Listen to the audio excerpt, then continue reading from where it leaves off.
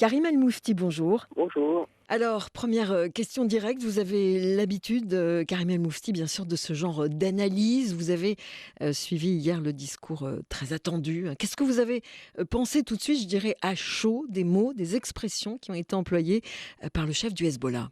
Eh bien, il y a en gros trois grands messages qu'on peut tirer de ce discours, hein, très subtil justement, sans laisser apparaître justement cet aspect va-t-en-guerre, mais quand même très dur, hein, avec des menaces à peine voilées contre Israël, avec plusieurs fois.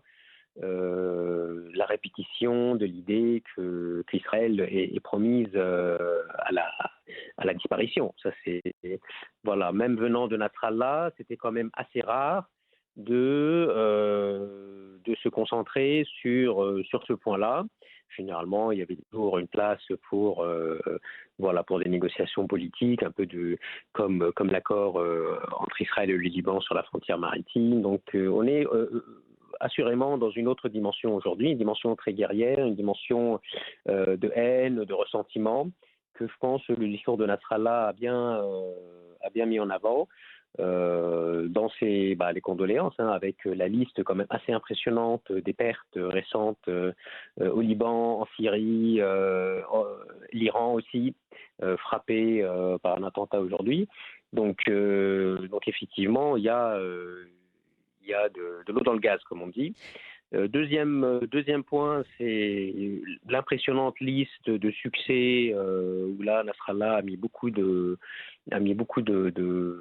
temps pour démontrer un peu de l'argument de l'axe de la résistance, hein, après nous avoir explicité un peu l'héritage du général Soleimani et tout la manière dont cet axe de la résistance a été mis en place. Et là aussi, c'est quand même assez rare de voir une fresque historique assez complète de comment l'axe de la résistance fonctionne, comment elle a été mise en place, quels sont ses objectifs.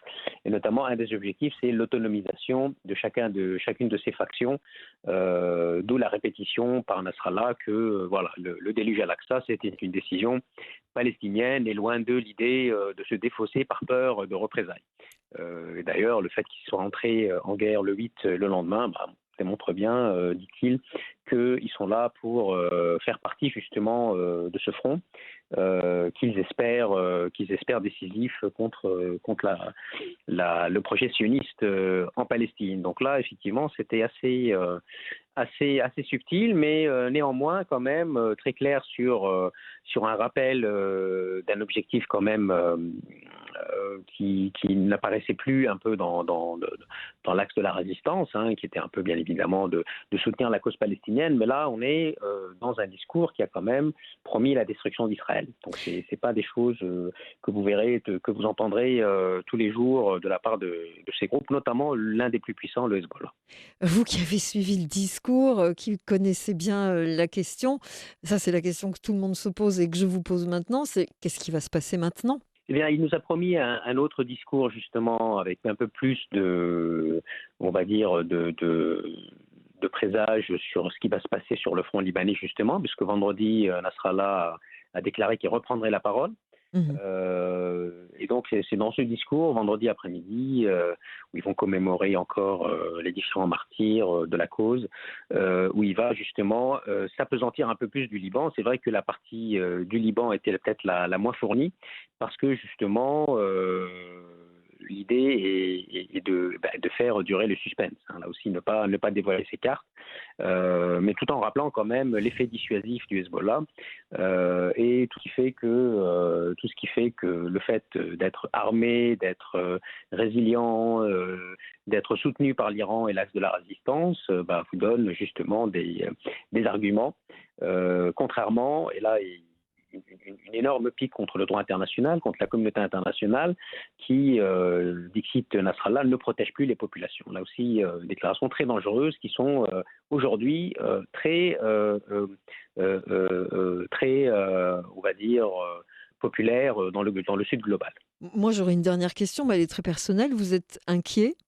Oui, oui, oui, parce que nous sommes sur pas un, mais des volcans. Mmh. On a trois fronts assez chauds, Gaza, le Liban et le Yémen. On a trois fronts qui peuvent se réchauffer très vite. La Cisjordanie déjà parce que le numéro 2 du Hamas vient de Cisjordanie, hein, donc ça peut enflammer Mmh. à terme, voire court terme, des réactions là-bas, notamment violentes, hein, et avec peut-être l'autorité palestinienne dépassée peut-être par la situation, même si aujourd'hui on voit qu'elle tient plutôt bien le contexte interne.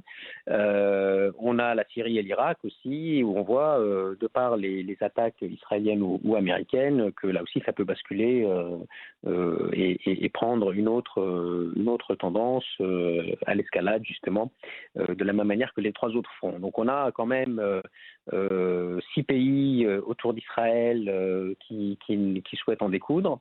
Et tant que les Israéliens veulent déplacer massivement, chasser les Gazaouis de Gaza, donc là effectivement ça ne va pas apaiser, on va dire, ces groupes-là, ces factions-là et ces populations-là qui soutiennent non seulement la cause palestinienne, mais la survie des Palestiniens dans leur territoire. Merci Karim El Moufti, merci beaucoup.